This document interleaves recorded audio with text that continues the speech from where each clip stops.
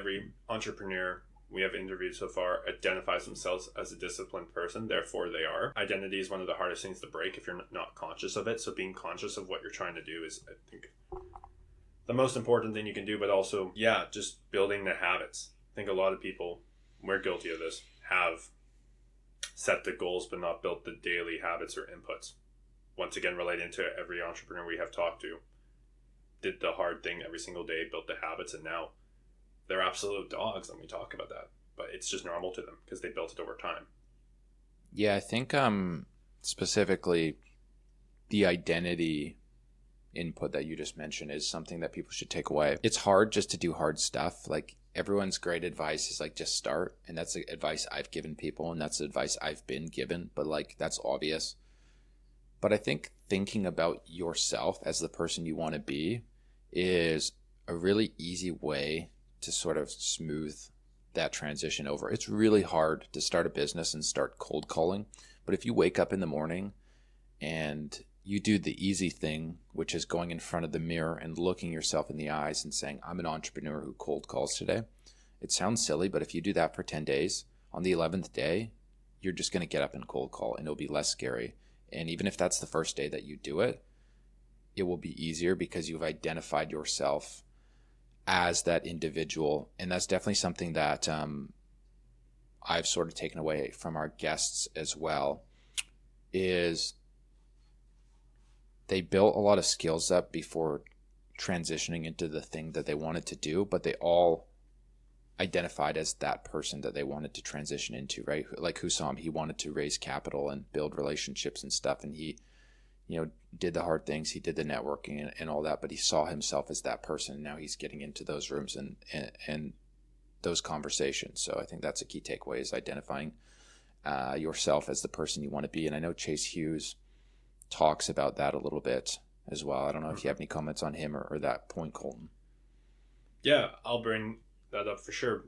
I just want to tie it back to something quickly, and it's the most consistent quote in personal development, which is, and definition, which is the person you are today versus the person you are capable of becoming. And that is all personal development is.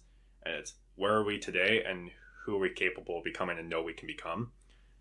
Back to the identity thing, something that's helped me and could be a great takeaway for our guest is writing down on a piece of paper every single morning. It sounds stupid, it sounds redundant, but it does work. I am the type of person that does XYZ. So for example, I am the type of person who goes to the gym at 6 a.m. in the morning. I am the type of person who goes to the gym at 6 a.m. in the morning.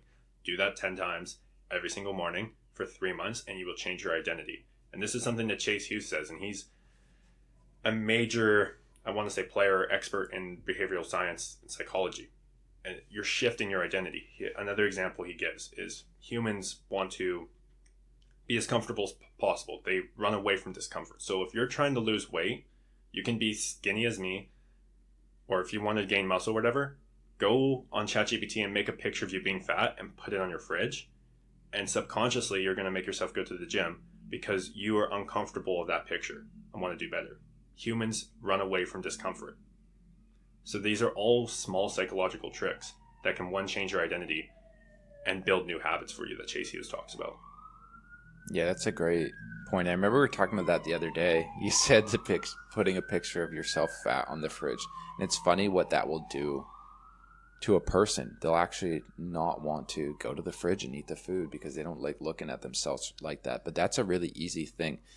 That's way easier than going to the gym 5 days a week for 6 months without any habit of going to the gym. It's way easier just to use Nano Banana and Gemini and make a fat photo of yourself. That's easy. Anyone can do that. But the benefit of doing that, you start to identify as the person who does go to the gym because you don't want to be that person. So that's a good point. But it comes down to, everyone can relate to this. Even for us in networking, when we're like, hey, you should go talk to that person. It's like, oh, I'm not comfortable doing that. I'm not the type of person who's doing that. You are subconsciously telling yourself that that is your identity, that you are not someone who goes up to it.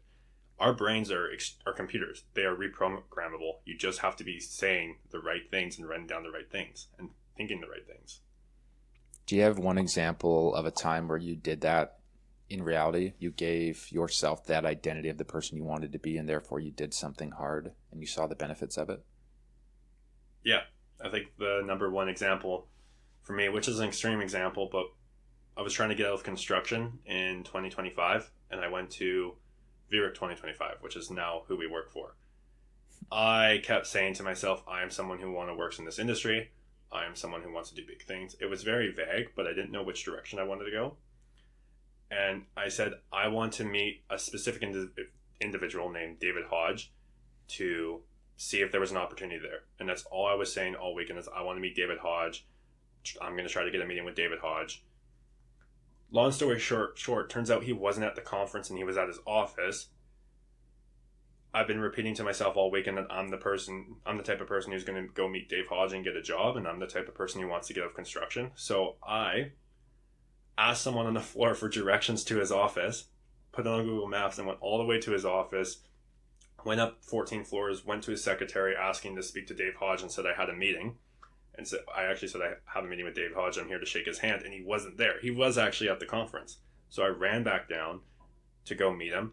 He snuck me into a private part of the conference, and we had a 2-hour discussion. And next week, Tyler, when we went to Vancouver, I went back to his office for a potential job. And it's all because I identified that I'm the type of person that's going to go do this, and I have to meet this person to change my future. Therefore, it became an obligation. That's very, very powerful stuff. And I'm going to share my own example of a time where I've done this, and it's really allowed me to get out of construction having this mindset. So my whole time doing construction, if you're a new viewer, I did construction, carpentry for 5.5 years before transitioning into my new job, this new industry, starting a podcast and social media and such. And the entire time I was doing construction, every day, nearly every day, I thought, this is not what I want to do. I can do more with my life. And that's not to say that if you want to be in construction, you could own $1 billion company, right?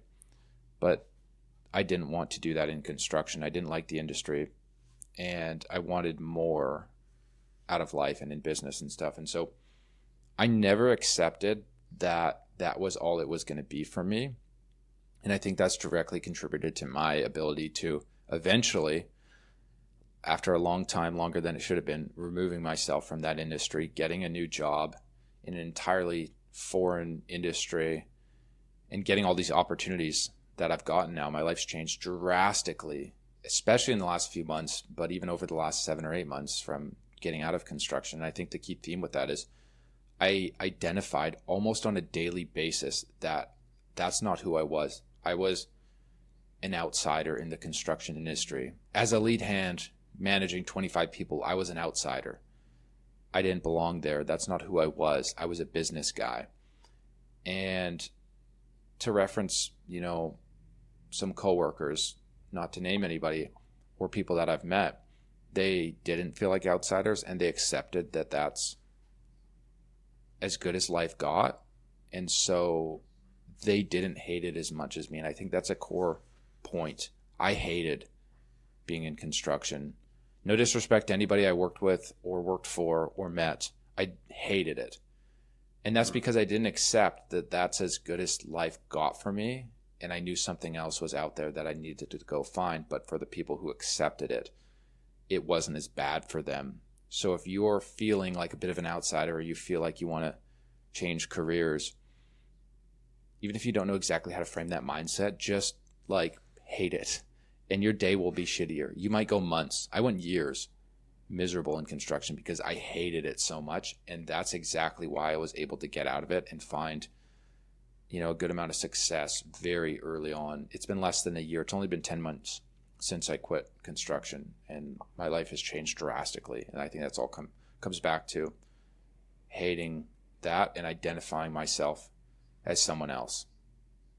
And what was it? It was discomfort that got you out. Yeah. But back to stage 1 of human behavior and psychology. It was discomfort. And I think if anyone is feeling resentment towards their job, or this is not who I am, or I hate this, I'm happy for you, because you're on the right direction to changing your life. That is a perfect place to be.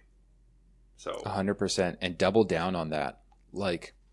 I probably came home every day and phoned Colton or phoned my girlfriend or my other friend Jared or whoever, and was like, I fucking hate this job. I hate this industry. I hated it, right? And that fueled me to want to get out.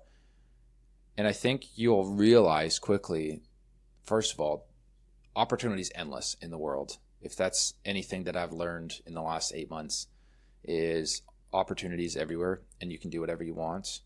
And throw some feelers out there. If you're, and I don't care what industry you're in, if you are doing something you don't like and you hate it, find that industry that you do want to get into, you do think is interesting. Shoot some random people some messages, right? They're willing to talk to you. Everybody is willing to help people. And you'll realize very quickly that you can make a transition very, very easily if you're willing to put in the work and get uncomfortable, like Colton said. 100%. And I think, again, it comes back to people can only put up with so much pain for so long. And it might sound negative to say, I hate my job, I hate this, I hate that. But the whole reason I got into construction is because I put an identity with myself that I couldn't go into business and stuff because I sucked at school and didn't care. Therefore, I went to construction and just accepted construction. And that was my thought process. It changed quite fast. But again, you can relate it to your identity. If you get into a conflict or say, oh, why do I always get these bad boyfriends? Look in the mirror, honey, because it's not the boyfriends. You're identifying yourself with that type of person that you want to date. It's a slap in the face, but it's the truth. We're accountable for everything in this life, every mistake. And if you can't look yourself in the mirror and see, why is this happening, especially if it's a reoccurring thing, then, I mean, I've just done that recently again. And it is a punch to the ego. It fucks up your ego. But it's necessary to improve and develop.